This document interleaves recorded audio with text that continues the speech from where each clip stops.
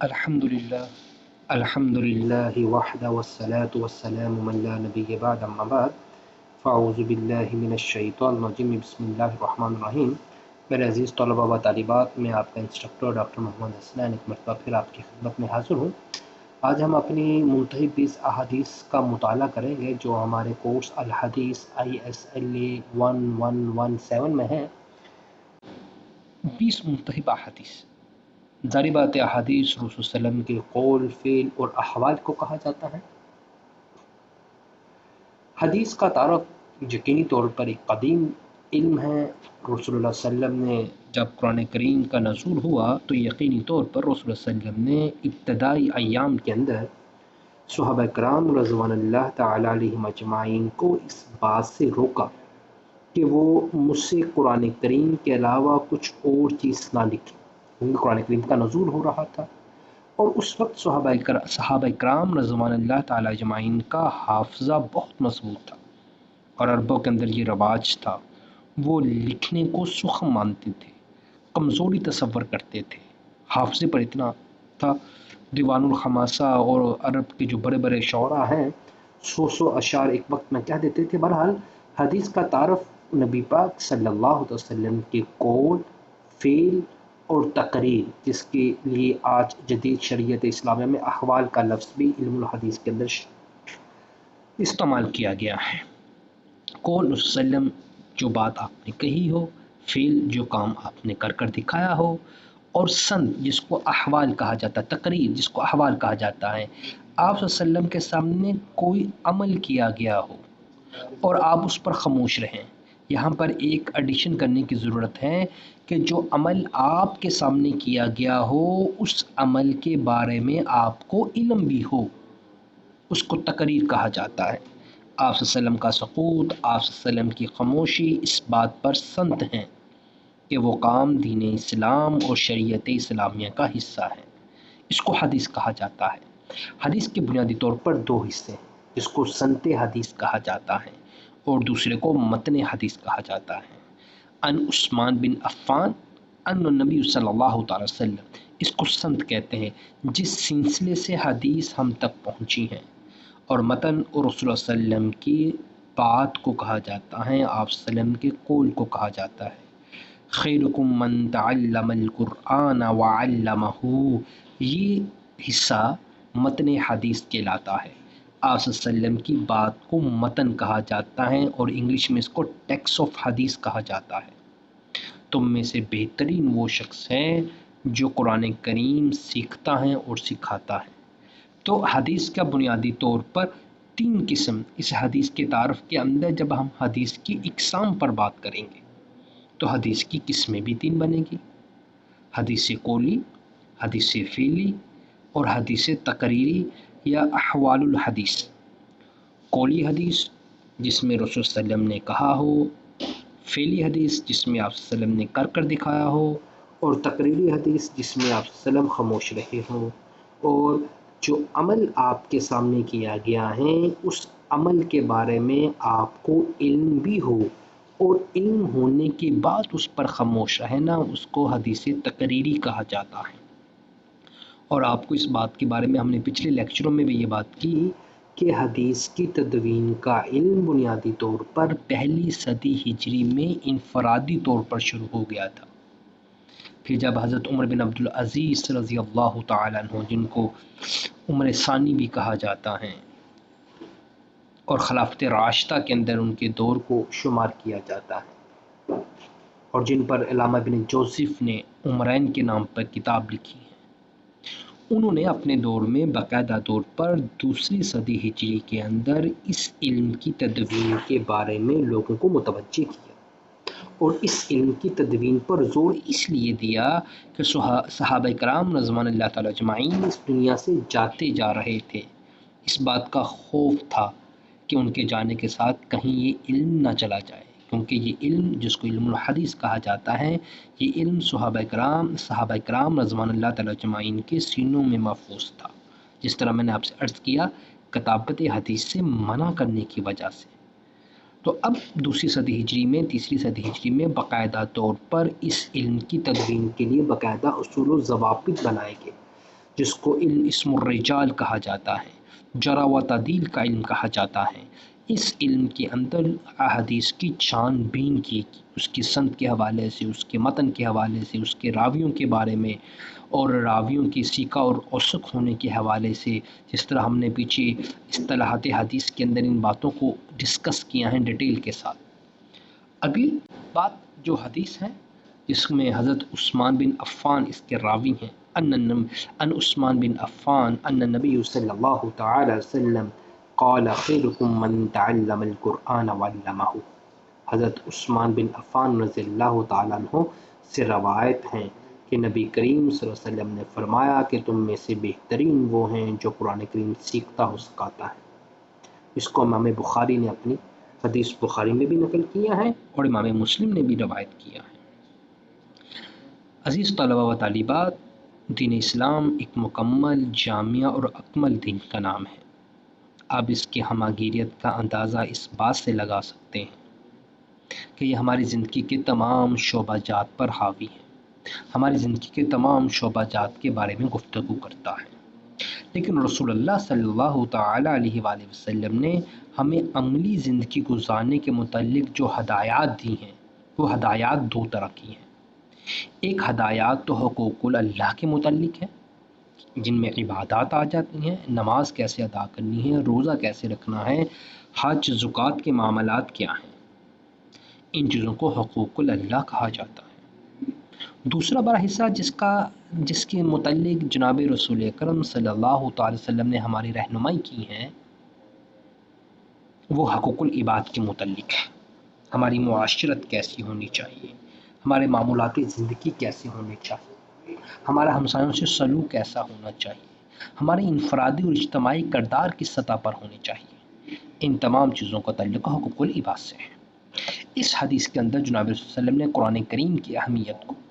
جو در حقیقت اللہ تبارک و تعالیٰ کا کلام ہے اور اللہ تبارک و تعالیٰ خود اس کلام کی متکلم ہے، اس کتاب کو سیکھنے پر زور دیا گیا ہے۔ جب ہم اس بات کو کہتے ہیں کہ Islam is a complete code of life, اسلام ایک مکمل ضابطہ حیات ہے، تو اسلام کی جو بنیاد ہیں، اسلام کا جو پہلا پلر ہے، وہ یقینی طور پر اللہ تبارک و تعالیٰ کی کتاب ہے۔ تو ہم یہ کہہ سکتے ہیں کہ قرآن کریم در حقیقت تمام علوم کا سرچشمہ ہے، تمام علوم کی بنیاد ہے۔ اس حدیث کو سمجھنے کے لیے ہمیں عرب کے اس معاشرے میں جانے کی ضرورت ہے جہاں پہ جہالت اپنے عروج پر تھی، جہاں اونٹوں کو پانی پلانے پر 40 سال تک جنگیں رہتی تھی، جہاں عورت کو منوس سمجھ کر پیدائش کے ساتھ ہی دفن کر دیا جاتا تھا، جہاں عورت کو لونڈی کے طور پر تقسیم کیا جاتا تھا، جہاں جہالت اپنے عروج پر تھی اور انسانیت دم توڑتے جا رہی تھی۔ اس دور کے اندر جب قرآن کریم نازل ہوا تو در حقیقت قرآن کریم نے تمام علوم کی بنیاد رکھی ہے۔ دیکھیں، جب اللہ تبارک و تعالیٰ نے یہ حکم دیا وَأَقِیمُوا الصَّلَاةَ وَآتُوا الزَّکَاةَ، نماز قائم کرو اور زکوٰۃ ادا کرو، تو زکوٰۃ در حقیقت علم الریاضی، جس کو میتھمیٹکس کہا جاتا ہے، اس کی بنیاد رکھ رہا ہے۔ قرآن کریم نے سب سے پہلے 2.5%، جس کو پرسنٹیج کا فارمولہ کہا جاتا ہے، اس کی طرف عرب کے جاہل معاشرے کو متوجہ کیا۔ تو پھر آپ جانتے ہیں کہ پرسنٹیج کے مطابق 2.5% سے زکوٰۃ دینا، اور پھر اونٹوں پر زکوٰۃ کی پرسنٹیج لیتا ہے، زمین کی پیداوار پر پرسنٹیج لیتا ہے، آبی زمین پر پرسنٹیج لیتا ہے، عبرانی زمین پر پرسنٹیج لیتا ہے، اونٹوں پر پرسنٹیج لیتا ہے، بکریوں پر، گاؤں پر، یہ سب پرسنٹیج لیتا ہے۔ تو در حقیقت یہ حکم وَأَقِیمُوا الصَّلَاةَ وَآتُوا الزَّکَاةَ، یہ زکوٰۃ کا حکم در حقیقت ایک جامع کتاب ہونے کا منہ بھرتا ثبوت ہے۔ اور پھر اس کے آگے علم الریاضیات، جس کو میتھمیٹکس کہا جاتا ہے، اس کی بنیاد رکھی۔ قرآن کریم نے خود علم الفلکیات کی بنیاد رکھی۔ آپ سورۃ یاسین کا مطالعہ کریں تو قرآن کریم اس بات کی طرف اشارہ کر رہا ہے کہ والشمس والقمر، سورج اور چاند اپنے مقررہ دائروں کے اندر گردش کر رہے ہیں، اور سورج کی مجال نہیں کہ وہ چاند کو جا پکڑے، اور چاند کی مجال نہیں کہ وہ سورج کو جا پکڑے۔ تو یقینی طور پر یہ جو مخصوص دائرے ہیں، جس کو آربٹ کہا جاتا ہے، کہ سورج اپنے آربٹ میں گردش کر رہا ہے اور چاند اپنے آربٹ میں گردش کر رہا ہے، یہ سب سے پہلے قرآن کریم نے علم الفلکیات کی بنیاد رکھی۔ آپ طور حاضر میں کسی بھی علوم کی بات کر لیں، قرآن کریم اس کا بانی ہے، قرآن کریم اس کی طرف ہماری رہنمائی کر رہا ہے۔ جب تک مسلمانوں نے اس کو جامع اور زندہ اور جاوید کتاب، آفاقی کتاب کے طور پر لیا تو یقینی طور پر مسلمان صف اول کے سپہ سالار اور تمام عالمی انسانیت کی رہنمائی کرنے والے تھے۔ لیکن بدقسمتی سے جب سے مسلمانوں نے اس کو صرف ثواب کی کتاب سمجھا ہے، علم کی کتاب نہیں سمجھا، یعنی کہ یہ قرآن جو ہماری زندگیوں کو بدلنے کے لیے آیا، وہ قرآن کریم جس کا موضوع اور سبجیکٹ خود انسان ہے، یہ قوموں کے عروج و زوال کے بارے میں گفتگو کر رہا ہے، اور اس کا مصداق ظاہری بات ہے ہم لوگ ہیں۔ اللہ تبارک و تعالیٰ نے مختلف قوموں کے عروج و زوال کا ذکر کیا، اور عروج و زوال کے ذکر کرنے کے ساتھ تفصیلاً یہ بھی بتایا ہے کہ اگر اللہ تبارک و تعالیٰ نے کسی قوم کو ترقی دی ہے، کسی قوم کو فضیلت دی ہے، کسی قوم پر اپنا کرم کیا ہے، تو ان کے معمولات زندگی کیا تھے۔ اگر کسی قوم کو اپنے غضب کا اور اپنے عذاب کا نشانہ بنایا ہے تو ان کے معمولات زندگی کیا تھے۔ آپ قوم لوط کی قوم کو جانتے ہیں، آپ قوم شعیب کی قوم کو جانتے ہوں گے، قوم سبا کو جانتے ہوں گے، عاد اور سمود کی قوم کو جانتے ہوں گے۔ جب تک تو یہ اللہ کے فرما بردار رہے اور ان کا رویہ اللہ تبارک و تعالیٰ کے ساتھ درست تھا تو اللہ تعالیٰ نے اپنے انعامات دیے، اور جب قوموں کا رویہ اللہ کے ساتھ بدلتا ہے اور بغاوت والا رویہ بنتا ہے تو اس وقت اللہ تبارک و تعالیٰ ان قوموں پر عذاب متوجہ کرتے ہیں۔ یہ قرآن کریم در حقیقت تمام علوم کا سرچشمہ ہے، اس لیے فرمایا خیرکم، سپرلیٹو ڈگری ہیں، تم میں سے سب سے بہترین وہ ہے جو قرآن سیکھتا اور سکھاتا ہے۔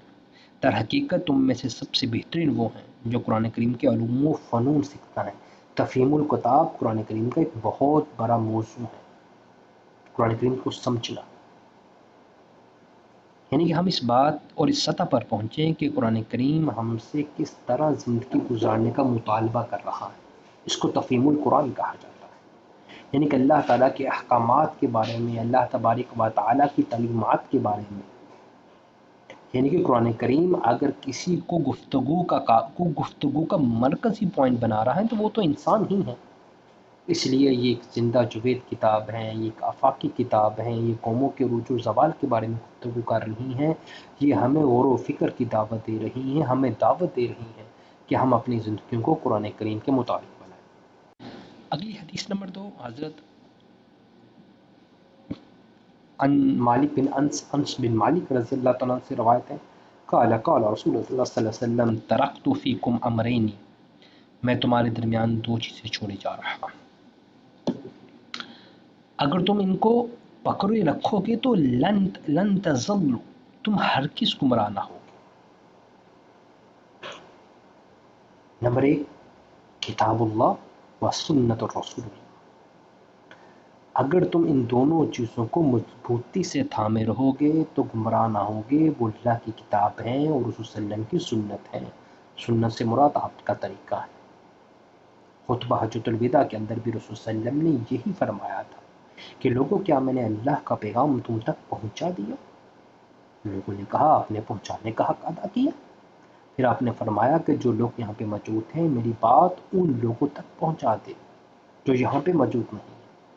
یہ سلسلہ آج تک جاری و ساری ہے، اور آپ نے اسی خطبے کے ضمن میں فرمایا تھا یا ایھا الناس ان ربکم واحد ان اباکم واحد کلکم من الآدم وآدم من التراب ان اکرمکم عند اللہ اتقاکم لیس لعربی علی عجم فضل الا بالتقوی، کہ لوگوں تم سب کو اللہ تعالیٰ نے ایک مرد سے پیدا کیا ہے اور وہ آدم علیہ السلام تھے، اور آدم علیہ السلام مٹی سے پیدا کیا گیا تھا۔ تم میں سے کسی کالے کو کسی گورے پر، کسی عربی کو کسی اجمی پر کوئی فضیلت حاصل نہیں ہے الا بالتقوی، سوائے پرہیزگاری کے، سوائے خوف کے، یعنی کہ اللہ کے سامنے کھڑے ہونے سے ڈر جانا۔ من خاف مقام ربہ ونہى النفس عن الہوى،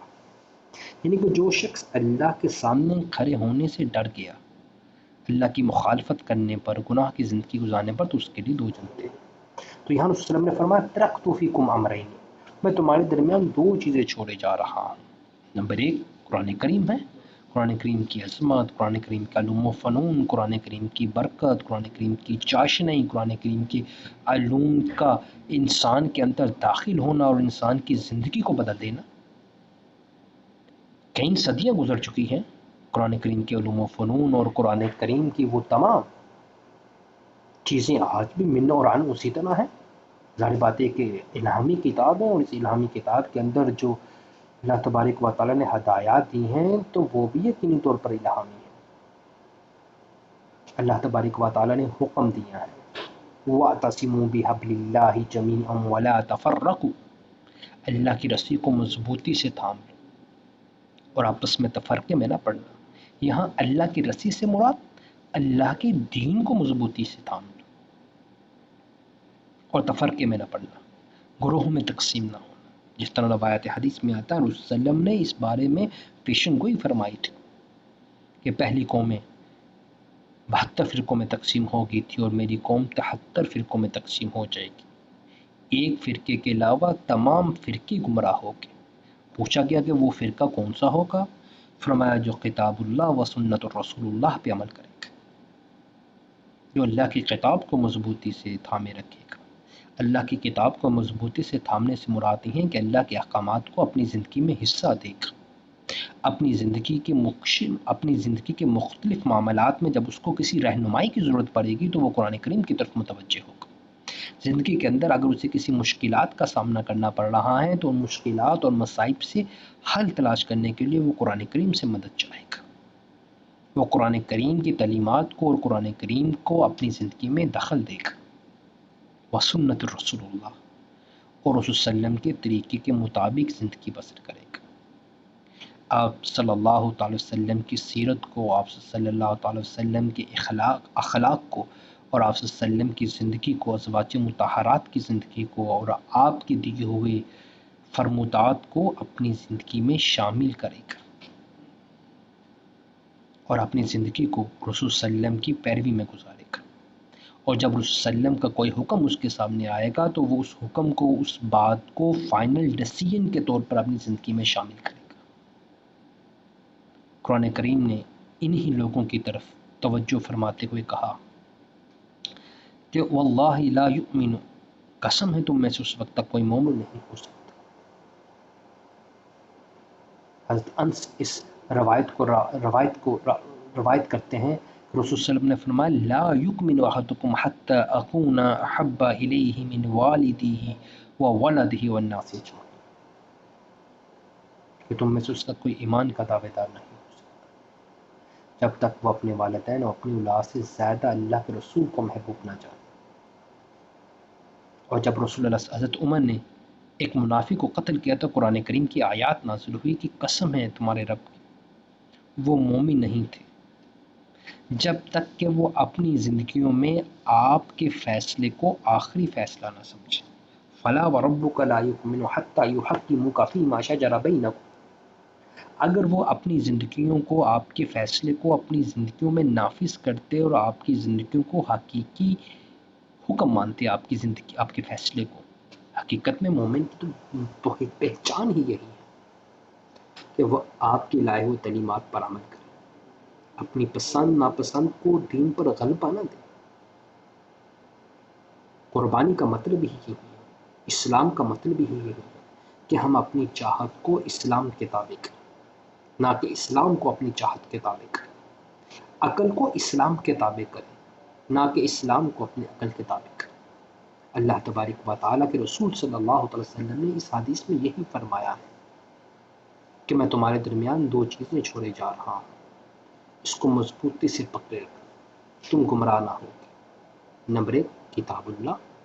قرآن کریم ہے، ایک الہامی علم ہے، اس کو سوچنا، اس پر غور و فکر کرنا، اس کی زندگیوں کو شامل کرنا. اور پھر آپ کی زندگی نمونہ، ظاہر بات جو قرآن کریم نازل ہوا ہے اس قرآن کریم کی تعلیمات پر عمل کر کر رسول صلی اللہ علیہ وسلم ایک رول ماڈل کے طور پر ہمارے سامنے ہے. آپ کی زندگی کا ایک ایک حصہ اور آپ کی زندگی کا ایک ایک پہلو آج ہمارے پاس محفوظ ہے. اس لیے کوئی شخص جاننا چاہے کہ رسول صلی اللہ علیہ وسلم کی آئلی زندگی کیسی تھی، وہ بھی محفوظ ہے. آپ کے غزوات کیسے تھے، آپ کا بازاروں میں خرید و فروخت کرنا کیسا تھا، آپ کے معاملات کیسے تھے، آپ کی تجارت کیسی تھی، آپ کے شب و ایام کیسے تھے، آپ کی راتیں کیسی تھی، آپ کا قیام کیسا تھا، آپ کی نماز کیسی تھی،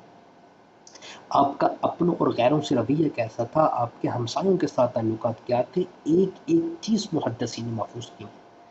یقینی طور پر جن علماء کرام نے اس میں خدمات ساری انجام دی ہیں وہ یقینی طور پر قابل تحسین ہیں اور خراج تحسین کے حقدار ہیں. اس لیے آج کوئی شخص وسلم کی سنت کو جاننا چاہے کہ آپ کا اس ضمن اس معاملے کے اندر عمل کیا تھا وہ جان سکتا ہے. تو ان مالک بن انس قال قال رسول اللہ صلی اللہ علیہ وسلم ترکت فیکم امرین لن تضلوا، تم گمراہ نہ ہوگے جب تک دو چیزوں کو تھامے رکھو گے، کتاب اللہ اور سنت رسول اللہ.